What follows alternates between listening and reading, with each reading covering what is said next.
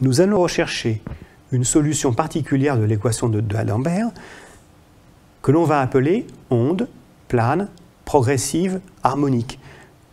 Pour abrévier et pour faire court, on dit habituellement OPPH. On reprend les premières lettres. Une solution OPPH peut s'écrire sous la forme E égale E0, E puissance I, facteur de oméga t, moins K, scalaire R, où R est le vecteur qui va de l'origine du repère au point M, où je considère par exemple les effets de l'onde électromagnétique, et K est un vecteur qu'on appelle le vecteur d'onde qui est situé dans la direction de propagation de l'onde électromagnétique. K est aussi égal à 2pi sur lambda, où lambda désigne la longueur d'onde. Donc K se mesurera en mètres à la puissance moins 1. Le plan qui est perpendiculaire à la direction du vecteur K et qui passe par le point M, eh bien ce plan, il s'appelle le plan d'onde. Il est tel que K, scalaire R, égale constante.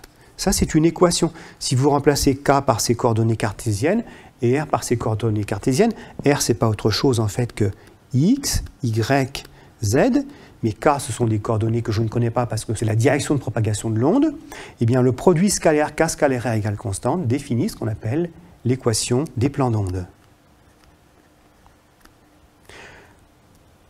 L'onde possède la même amplitude et la même phase en tout point de son plan d'onde.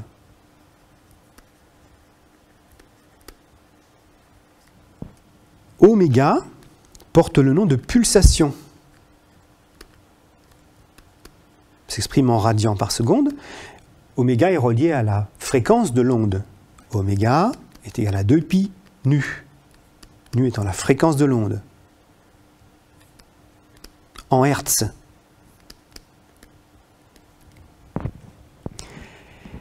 Oméga et K ne sont pas indépendants.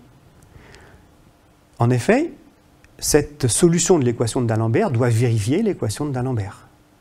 Pour qu'elle vérifie l'équation de d'Alembert, eh bien, il suffit de remarquer que pour une onde plane progressive harmonique, delta, c'est moins K2.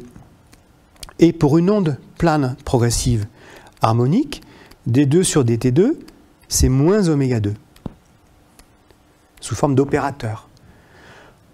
En remplaçant E par sa valeur dans l'équation d'Alembert, on va donc en déduire moins K2E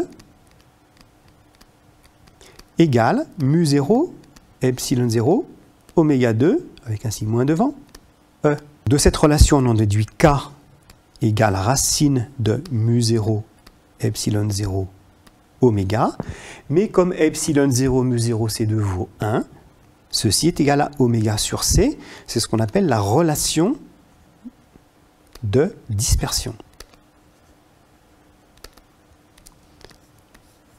Donc K et oméga sont liés par la relation de dispersion dans laquelle vous voyez apparaître la vitesse de la lumière, qui est la vitesse de propagation de l'onde électromagnétique.